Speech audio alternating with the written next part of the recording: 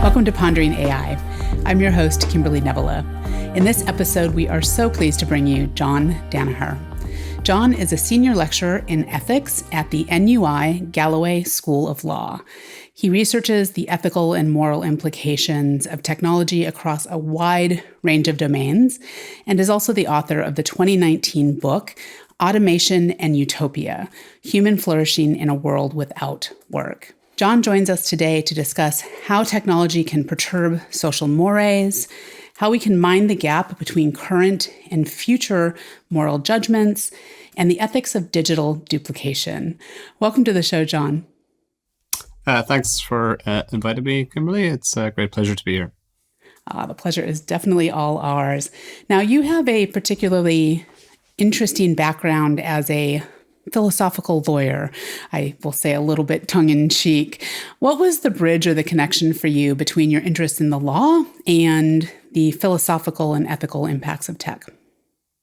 I guess, as a child, I was always interested in science fiction and some of these more philosophical aspects of science fiction. Questions around what does it mean to be human versus a machine, the kind of relationships between humanity and technology, and then kind of ethical and social issues as they're explored in science fictional worlds. And as I kind of grew older and I studied law and I went into research, I just guess I found a way to bridge that connection myself, that a lot of the more fanciful questions that I was interested in as a child were becoming perhaps more real world questions as a result of technological advances. So I just naturally kind of segued into that topic as a result. That's a lovely circumstance, if you can find it. Now, I found your work originally through some collaboration you did with Henrik Skaugesetra, who's also been here on the show with us. We're huge fans of him. And it was some analysis you were doing about the 6 ways that technology impacts or changes morality. And this was very striking because there is a lot of conversation today, particularly in the responsible AI or the ethical AI domains, about how do we ensure AI in particular aligns or reinforces existing cultural, social norms, ethics, and so on and so forth. And this really took a slightly different view of it in terms of asking the question differently, which is how might the technology, for better or for worse, disrupt or shock existing social mores, somewhat just, I don't know if it's by definition or by design, but just by virtue of us using it and putting it out in the world. For you, why was this an interesting or important way to approach the topic? Well, there's probably maybe a slightly cynical or instrumental reason for doing it, which is that as an academic or researcher, you're always trying to find the spaces that people aren't exploring, or to look at topics from a direction or perspective that other people aren't adopting, because that's a way of standing out from the crowd. And so, as you pointed out in that paper and in several other papers, including ones that I've written with Henrik, I guess I was inverting the typical direction of analysis between ethics and technology. So, at least in the communities that I kind of interact with in academia, the typical direction of analysis is to use existing ethical norms and principles to evaluate technology. To a large extent, that's what the entire field of AI ethics does. And before that, let's say something like medical ethics or bioethics. They were looking at developments in technology and using traditional ethical frameworks and principles to evaluate those technological developments. And in that paper, we were coming at it from the opposite direction, which is looking at how technology might actually reshape our ethical principles and frameworks. So it just seemed like an obvious thing to do, which is to just do something that's slightly different from what everyone else was doing.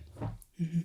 And in the paper that I referenced and in the other related works, who is your primary audience, or who are you speaking to typically? Yeah, with that particular paper, I guess there were 2 primary audiences that we were interested in.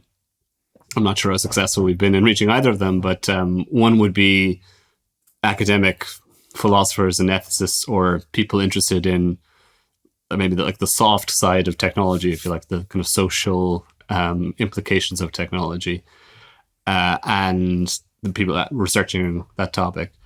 And then secondarily, or kind of complementary to that, we would be interested in people who are actually designing and creating the technologies using the framework that we presented in that paper. So as you already mentioned, there's 6 mechanisms through which we think technology can change social moral beliefs and practices.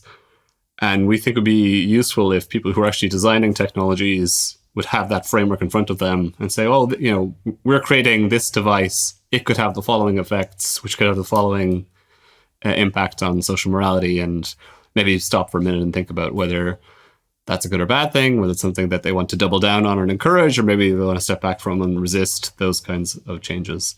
I thought this was really an intriguing, but also a very practical angle, or another angle into what are becoming, fairly pervasive, or at least we are all campaigning for them to become pervasive impact assessments for AI systems. Certainly as we start to look at things like the AIEU Act. It's absolutely designed to be a tongue twister for me. In any case, organizations will need to do this. But all of these systems and frameworks today focus on identifying risks and harms. And that can feel a bit esoteric, but it also prejudices, as I think you just alluded to, towards what is today. So in looking at these factors, it not only didn't feel ethically squishy to me, because if I can look at this and say something very definitively, how does this change somebody's options? How might this enable a new relationship? How might this change the duties within the context of an existing relationship?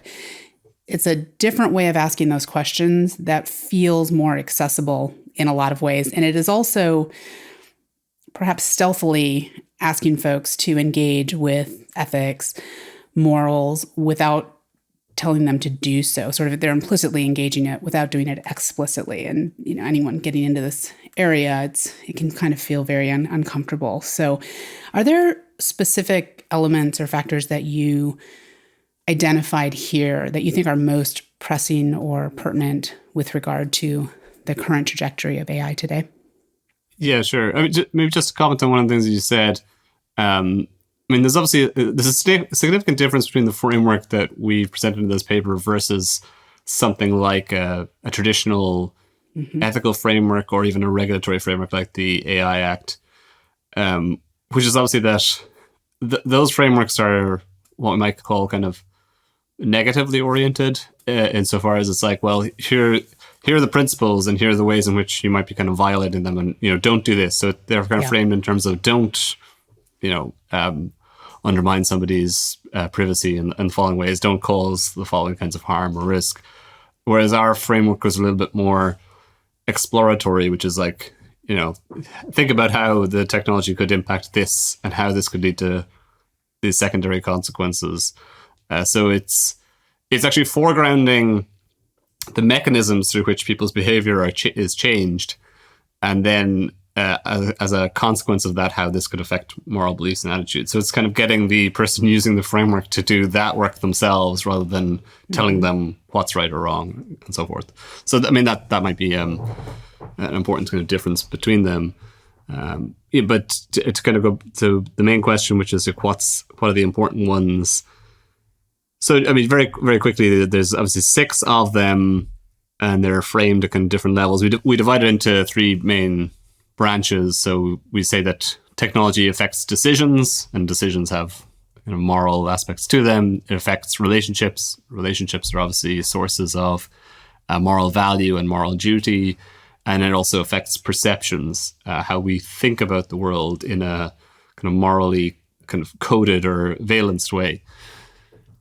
And then within each of those 3 branches, there's different mechanisms at play. Decisionally, technology changes option sets, we say.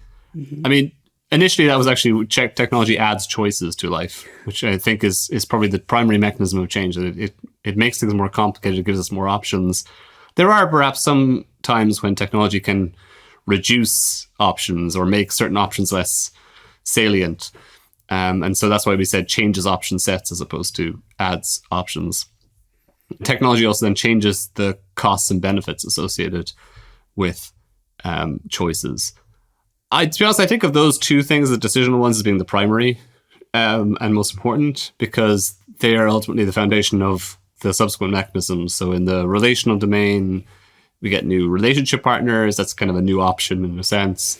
It changes the kind of benefits and burdens within relationships. It changes the balance of power within relationships. That's largely a function of how technology alters costs and benefits. And then the last one, which is a bit more kind of nebulous and maybe harder to predict, is that it changes the kinds of information that we're presented with, which can be morally salient, and that can often be linked to costs and benefits as well, like what we think the perceived cost of an action is, and also maybe sort of gives us new moral metaphors or mental frameworks for thinking about things, and that one's maybe a bit more abstract. But I tend to think of the first two, how technology affects decisions by changing option sets or by changing costs and benefits, as being the most important overall. And I mean, I guess to link it to AI, there's a range of ways in which AI changes decisions. Take something like generative AI, and in my own field of academia or education, it changes options, let's say, for students when they're trying to do a college assessment or assignment, or any assessment or assignment. They can do that with the assistance of the technology. They can outsource maybe entirely their effort to the technology. That's a kind of ethical choice that they make. Is that something that should be encouraged? Some people think, it should be allowed, it should be permissible. Some people think it should be forbidden. So it raises this new moral dilemma for everybody. Should we avail of the technology in that way? And obviously it changes the costs and benefits of certain options as well. It makes it much cheaper and easier to produce lots of content, lots of material, lots of stuff. Maybe it's less high quality stuff, or the quality is more dubious in certain ways. Maybe it's higher quality stuff for some people, but it definitely has this sort of effect on the costs and benefits of certain choices, and that can in turn have a variety of moral implications. Mm-hmm. And one aspect of this that really caught my attention initially was that second factor around relationships, as we have a lot of discussions these days around,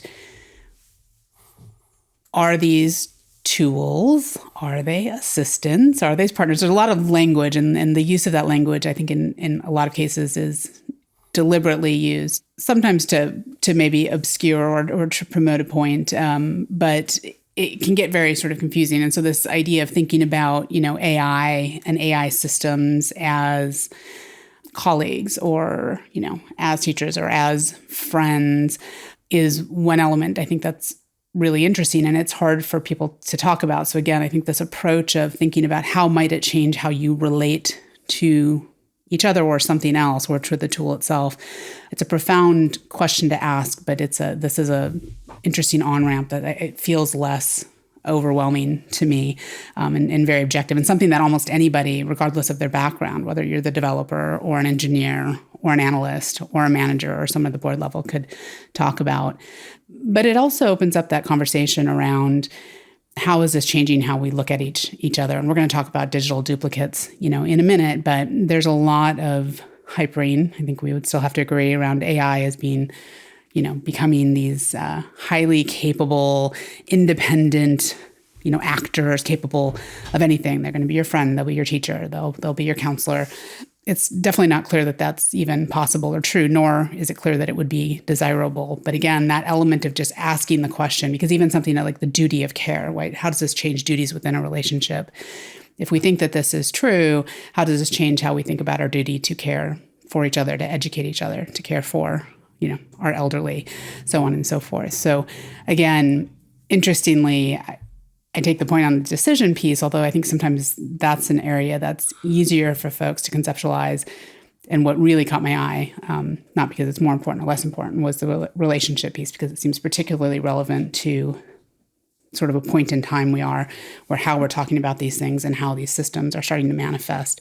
One potential reason for that, why it resonates more, is that, I mean, the decisional stuff is quite maybe abstract, and it's almost framed in that paper in terms of classic decision theory, kind of cost-benefit analysis, or maybe even an economic motive analysis there. And so maybe it seems a bit more detached from the moral domain, even though I think it is connected to it. Whereas the relationship stuff, or the relational dimension, is more obviously moralized for people. There's a reasonably famous philosophy book by Tom Scanlon, who's a Harvard professor for years, called What We Owe Each Other, which is based on this notion that kind of the central aspect of morality is this question of what do we owe to one another. So the central moral question is a relational one about how we relate to our fellow members of our moral communities. And so what you're talking about there in relation to AI is that it potentially perturbs or disrupts our sense of who or what belongs in our moral community. And so if it's the case that AI assistants or chatbots occupy some kind of uncertain status, we don't know, are they tools, as you say? Are they colleagues? Are they potentially friends? They occupy this kind of liminal status at the moment where we're not sure exactly how to categorize them, morally speaking. And that obviously has significant moral implications, because if they're just a tool, then we don't have to think about our relationships with them in moralized terms. If they are a colleague, maybe we have to start thinking about it in those terms. If they're a friend, it would seem like we certainly have to think about it in that kind of morally loaded way. Obviously, there's also perhaps corporate agendas or individual people's agendas that would benefit from creating uncertainty about their status or categorization as well, that we need to be conscious of. But also, irrespective of that, within relationships, the fact that we use AI perhaps to assist with our own relationships with others affects the moral domain as well. Again, if you're a student, do you have some kind of duty of transparency or openness to say that, oh, yes, I did use an AI assistant to help me kind of draft this essay or draft this report? Does that apply if you're an employee? Does it apply if you're somebody like me, a researcher?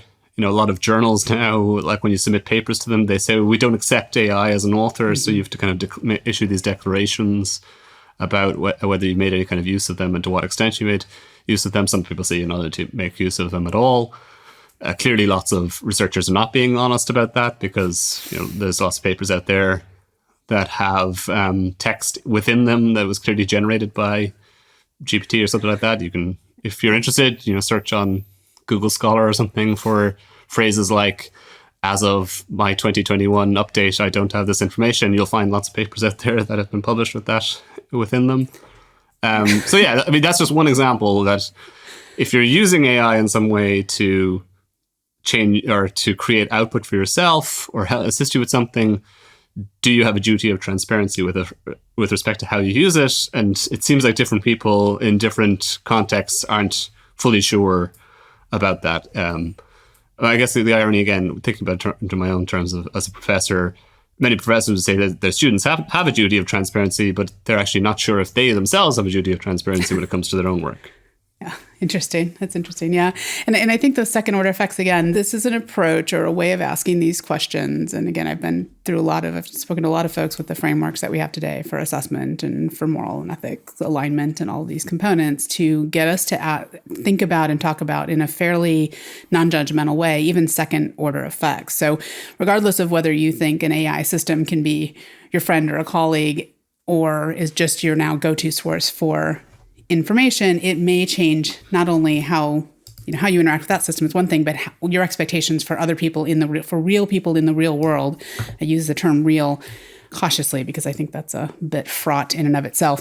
But your expectations for how other folks relate to you, the level of grace we provide to other people for their fallibilities, our tolerance, accountabilities for each other. Again, we talk a lot about this in the responsible ethical AI space. This is accessible and understandable way to think about it in a way that's not very threatening. So yeah, all of that is interesting. Now you had some separate work, I think that's related, and in my mind I connected it. It may or may not have been talking about the anticipatory gap, because one of the other elements that this work starts to push on is the fact that we shouldn't expect that the social and cultural norms, morals are going to be the same in the future. Not only will the technology, by virtue of how we use it and deploy it, maybe change those components, but there's a lot of other factors that may as well. And so this idea of the anticipatory gap, you wrote about it, or at least where I found it, was talking about heritable human genome editing. You were part of a set of authors on that paper, in which you talked about needing to use anticipatory governance to ensure that moral uncertainty doesn't create governance paralysis. And it seems, again, particularly timely relative to the AI space, where our inability to really project how and where these things may or may not be used and what their long-term implications are is very fraught. A lot of people have a lot of ideas, and some of those ideas are just diametrically opposed. So when you think about first of all, can you explain to folks what the anticipatory gap is? And then I'd like to talk a little bit about how organizations might think about anticipatory governance in the context of AI. Yeah, sure. I mean, so probably the most famous statement of the anticipator gap, or the person with whom it's most associated with, is a guy called David Coleridge, who is a sociologist and philosopher of technology at I don't want to disparage him, but a somewhat obscure UK university in the early 1980s called the University of Aston. It mightn't even have been a university back in the early 1980s. I think it became a university subsequently.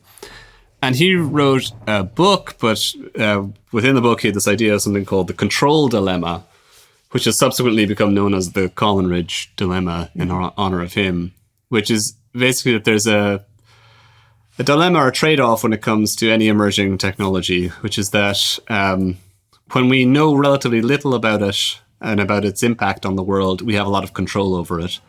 But when we know a lot about its impact on the world, we have less control over it.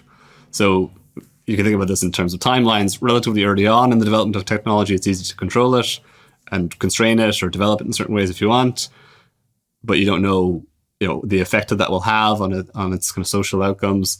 But later on, it's difficult to control and change the direction of travel. I tend to think about the smartphone as being the quintessential example of this, and that, when it was created back in the early 2000s, or became a mainstream device, let's say, through the iPhone in particular, we didn't have as clear a sense of like the impact it would have on society. Mm-hmm. And now in 2024, when we're recording this, people are having a lot of concerns about its social impact, right? And rethinking our relationship with it and trying to regulate and control it at a point in time when it's much harder. One obvious manifestation of this problem, let's say, comes in relation to children and their use of smartphones, particularly in schools. I don't know what it's like where you're living at the moment, but in Ireland, where I live, and also in the UK recently, there's been an attempt to kind of seriously clamp down on student use of smartphones in schools in particular. Some elite schools in the UK, for example, have taken to banning phones amongst their students. And recently, anyway, the Irish Minister for Education has suggested that they're going to ban phones for students in schools. But obviously, it's very hard to do that now when the devices become so ubiquitous and when parents have become very reliant on them. Parents themselves are probably addicted, maybe a strong word, but, heavily dependent on the technology themselves. It's perhaps hypocritical or challenging for them to control their children's behavior in relation to it. But it would have been relatively easy to do this back in 2007 when the device was created, to create guidelines and strictures, but we didn't know the impact it would have. Now, once we know the impact, it's very hard to put those guidelines and strictures in place, even though we might end up doing it. Yeah, the anticipatory gap, I guess, is this notion that when it comes to governing something, it's easy at one point in time, but we can't anticipate the effect it's going to have on society. It becomes harder once we know more about its effect.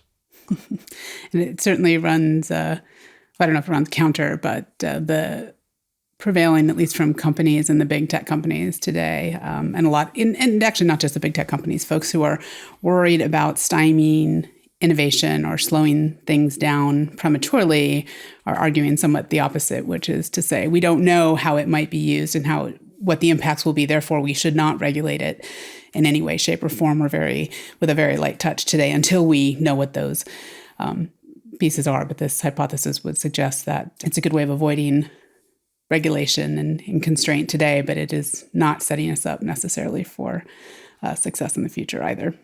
Well, I mean, it's very hard to know, right? And I mean, I emphasize one aspect of smartphones and as well, which, they also clearly have benefits and have beneficial aspects. And so if you don't have some freedom or scope for people to innovate with the technology or explore potential use cases, you don't get the upside either. So that's why it's a dilemma. It's a trade-off. Right. You got to decide, where do you want to fall in it? Do you want to try and slowly control the release of something, or do you want to just let the market decide or let people decide how it's going to develop and what the best uses are of it?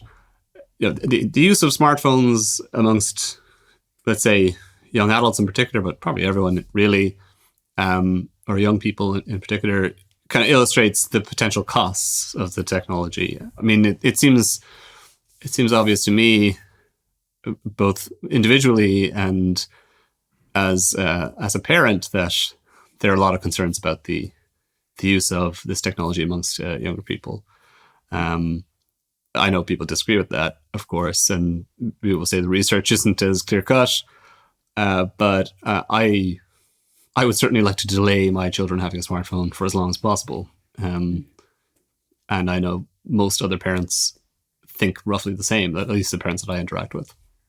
Yeah, there's been some interesting studies in very early days here as well. But some school districts here, particularly on the West Coast in California, doing things like, putting lock bags for phones as students come in with magnets. And then they're talking about, and in my mind, I'm thinking like just even the physical aspects of this, kids are figuring out how to bring magnets in and unlock them and get their hands on them. And, and yet they're saying when we take them away, we see a whole different level of engagement and socialization and not just, attention in classrooms. But on the other hand, especially for older kiddos, they're used to having that in their hand and they feel bereft without it. So when we think about then that anticipatory gap or even, companies or societally, one of the elements that did jump out there was the need for public engagement in these conversations. It's not obvious to me that we have good mechanisms for supporting that, even within organizations, much less broadly today. Would you agree with that, or have you seen, elements of public engagement or other aspects, other processes, protocols that people bring to bear to have the conversation around this anticipatory gap and decide how to address it? I think it probably depends on where you are located in the world. I think, the European Union, can be criticized perhaps for the way in which it constrains or limits innovation with certain technology, but I think it generally speaking does a better job with its regulatory frameworks of managing what they would call responsible innovation. Mm-hmm.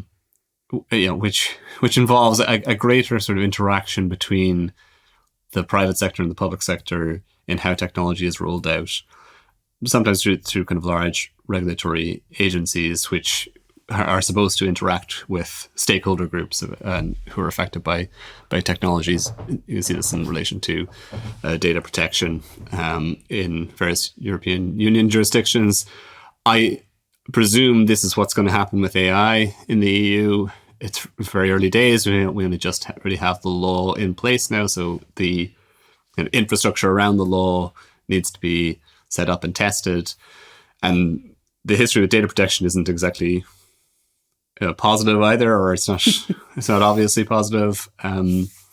But there is that greater emphasis on this regulatory model of responsible innovation, which it constrains and slows down the use of technology to an extent, but has various feedback mechanisms for populations of people who are affected, civil society organizations, human rights organizations, etc., feeding back into the way in which the technology is regulated and managed.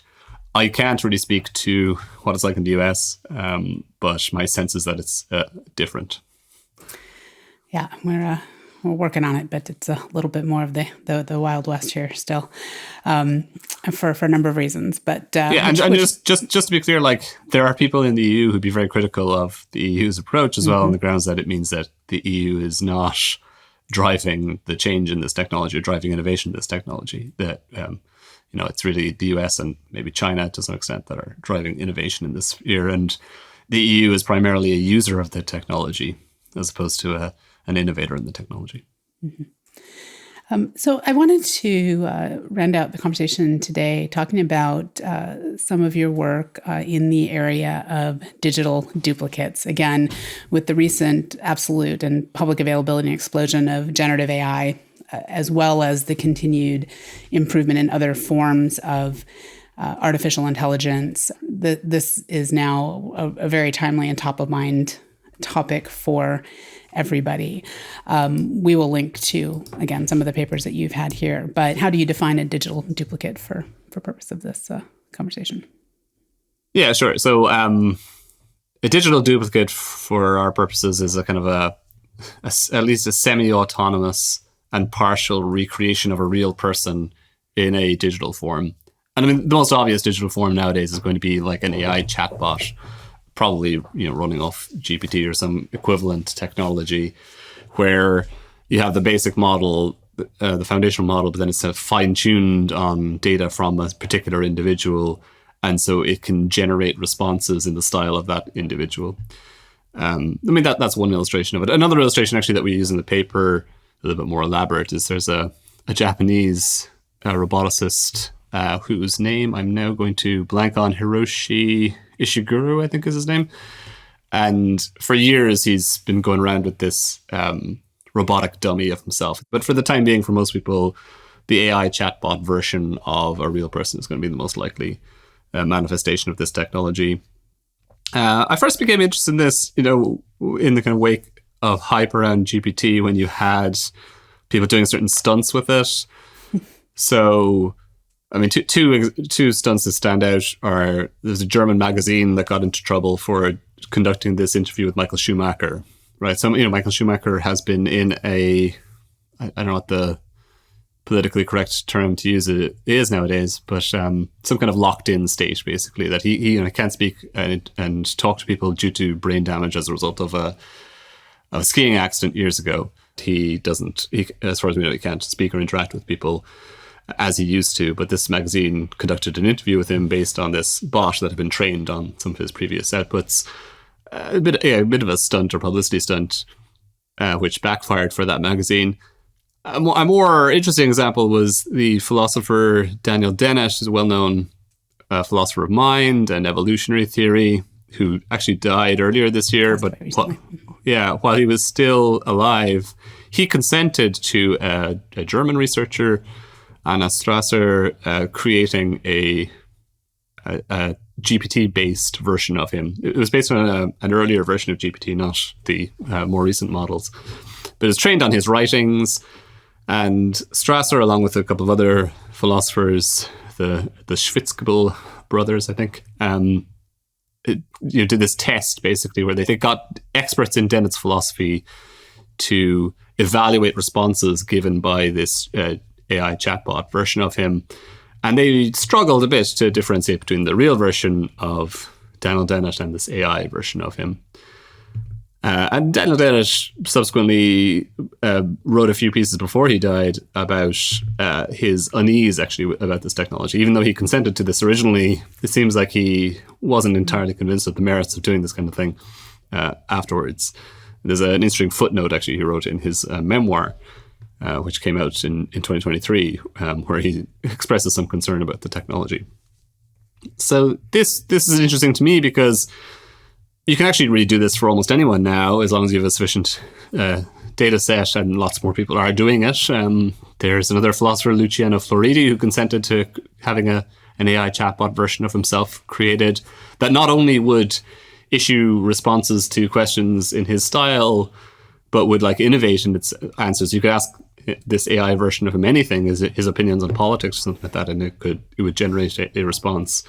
I'm concerned about this from an academic level because there's cases during the pandemic where universities recorded lecture material of staff who subsequently died and continued to use it for students. And so I'm wondering, what if my university decides that they don't need me anymore and they just want to create a digital version of me? I probably have enough data out there for them to construct an AI chatbot that's reasonably good as a version of me. Maybe that would be better than me in some ways, be more available, more responsive, perhaps, to emails or queries from students. So now that we have this technology and we're able to create these digital duplicates, as we call them, of people, how should we think about that, ethically speaking? Is that something that could be encouraged in certain contexts, or should be discouraged as much as possible? Where should we stand on that issue? And to address that issue, and by the way, no, I don't think you can be bodified and get the full John Danaher experience, although it may appear that way for a minute. You have developed, in concert with some collaborators or collaborator, this idea of the MVPP, not the minimally viable product, but a minimum viability permissibility principle. Can you talk to us a little bit about that? Yeah, I mean, it's a bit of a mouthful, but we're just kind of borrowing a term from kind of tech entrepreneur circles about the minimally viable product for the minimally viable permissibility principle, which is, you could also translate as like the maximally agreeable principle. Like what's the thing that most people are likely to agree to? So there's lots of like potential harms and also potential benefits associated with this technology. How do you kind of get the right ratio of the two things? So we propose this principle with 5 conditions in it that need to be satisfied before the use of the technology is permissible. I'm going to just read it out. So what we say is that in any context in which there is informed consent to the creation and ongoing use of a digital duplicate, at least some minimal positive value realized by its creation and use, transparency in interactions between the duplicate and third parties, appropriate harm or risk mitigation, and there is no reason to think that this is a context in which real, authentic presence is required, then the creation and use of the digital duplicate is permissible. So a bit of a mouthful, but you got 5 conditions in there: consent, transparency, minimal positive value, risk mitigation, and the authentic presence condition, which is that, in some contexts you want to be interacting with the real person, not a digital duplicate of them. And if it's a context like that, you shouldn't create and use the duplicate. Mm-hmm. And, at the risk of going to the most pedantic, because there's really interesting elements, I think, to consider in each of those. We could spend an hour probably on each, but also just walking through just this element. Again, this idea of informed consent jumped off the page at me from the start, because it is not at all clear today, given the level of broad public literacy and understanding of what these tools really can do, what their actual limitations are, how they in fact work. I think those of us in the field overestimate how much folks outside the field really do understand and think about mediating their use of these technologies, or what they might agree or not agree to. There's sort of an inevitability narrative out there too, which says it's going to happen, so I might as well jump in and whether agree to it, support it, or engage with it, without a real sense of what its real and present and future usage, and what the implications in the future might be as well. So I have to assume then part of assessing the MVPP is it's not just a one-time sort of check the box and move on. It is something that has to be assessed and reviewed on a continuous basis as well. Yeah, I mean, just to pick up on consent things, informed consent conditions are common in many areas of law, and there are problems with them in other areas of law too. Like, medical informed consent. Do people really know what they're consented to when they consent to certain operations? Even if you quantify the risk for them involved, how accurate are those quantifications, and how do ordinary people really understand the difference between like a 5% risk of something versus a 10% risk of something, or a 1% risk of something? It's not. There's all sorts of weird biases and problems in the way in which people think about those risks. But yeah, I mean, I think one of the main problems with the consent condition is that there are probably weak consent norms in the technology sphere anyway. People maybe do have this kind of learned helplessness or fatalism around the technology. They'll just consent to anything without really thinking about the harms of it. The benefits of the technology are often immediate and obvious, whereas the potential harms are fuzzier and longer term. That's a concern that a lot of people have around consent in the world of data protection, for example. And that's actually one reason why consent is not the only condition required under the EU data protection law. Other conditions have to be satisfied as well. But yeah, also consent would have to be an ongoing thing. It's a common idea that it's not just a one and done thing. You have to consent to the ongoing use of the duplicate. And if there's any sort of change in its use or change in its functionality, you would need to be informed of that and consent to that as well. Very hard to implement this in practice, of course, given the availability of the technology and the ease of use, but that's what we think ought to be done in this context. Yeah, hard questions asked, but questions that need to be asked. I mean, even just things as basic as establishing what's positive value, something that you talk about in that paper as well, which, again, is it to the duplicator or the duplicated, who may or may not be, that may not be the same one and the same. Yeah. And then, is it the value to those who are engaging with it in their perspective? So, even that, which should seem fairly straightforward. Yeah, I mean, if there's one thing I could say just about this as well, which we emphasize in the paper, but I think is maybe the important takeaway from the paper, is that we think that actually satisfying the fourth condition, this risk mitigation condition, is incredibly challenging because it's very hard to constrain or control the use of duplicate. It's the analogy we would draw in the paper is like when they digitize musical files and you might have copyright protection and property protections over the music files, but of course anyone can create and copy them. It's just so easy to do it. So it's harder to police those rights. The same problem is going to arise in relation to digital duplicates. Once they're created, it's just going to be so easy to copy them and port them over to some other context. It's very hard to control the uses of it. And that's going to expose you, if a digital duplicate of you is created, to a lot of potential harm that you didn't really consent to or you weren't informed of. So bottom line, if your university asks to create a digital duplicate, is your answer still no? I don't think anyone should consent to it. I think the problem is that people can do it and not tell you or inform you about it, right? And I mean, sorry, another thing that I do comment on in the paper briefly is that actually in many countries, existing intellectual property protection laws entitle employers to the IP of their employees. If you're a programmer and you have like the original ideas about programming or something like that, your employer is usually entitled to your ideas. Does that mean that they're entitled to create an AI version of you if that is the medium for the ideas? It's a tricky question. Probably not, I would hope, given that you're not just copying the ideas themselves, but it could give rise to difficult sort of legal questions in practice, given that existing framework. So we've got just a few minutes left here. What are you sort of finding most interesting right now? That can be things that you're sort of focusing on moving forward, or maybe questions that folks are asking you or that this work is raising that is most engaging you at the moment, or frankly, just any final words for the audience.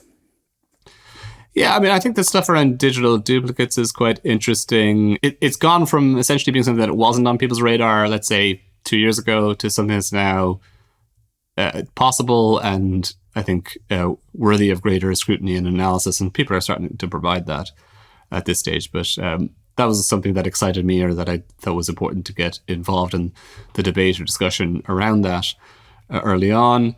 My main interests, kind of academically speaking, remain more on the first topic that we spoke about today, which is the impact that technology has on our moral beliefs and practices, how it can shape and rechange them in various ways. I'm very interested in the history of this, like looking at it in a kind of very long historical perspective from the dawn of agriculture up until the modern information communication technology age.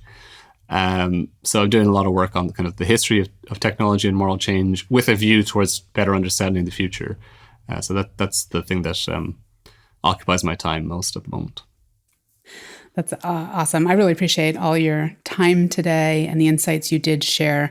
We took what I think can be best categorized as a quick tour through a lot of your work here today, and I would encourage folks to spend a bit more time with all of it. And I am, relative, as you mentioned, the work up front. I'm really interested in how we might use this framework and this approach to thinking about the impacts from an ethical and moral perspective to engage more folks, even at the ground level in organizations in this conversation. It is a different, as I said, a different entree point, and for whatever reason, feels like something people would be able to consume and engage with in a really natural way. So whatever we can do to help do that. So thanks again. I really appreciate your time and the insights today. Yeah, and thanks for making the time to talk with me and read up my work and be able to ask questions about it. That's always gratifying. It's better than being ignored anyway. Well, we'll have you on again, and maybe we can do some deep dives. Thank you, everyone, as well, for joining us. If you would like to continue learning from leading thinkers and advocates such as John, please subscribe to Pondering AI Now. You'll find us on all your favorite podcast platforms and currently on YouTube.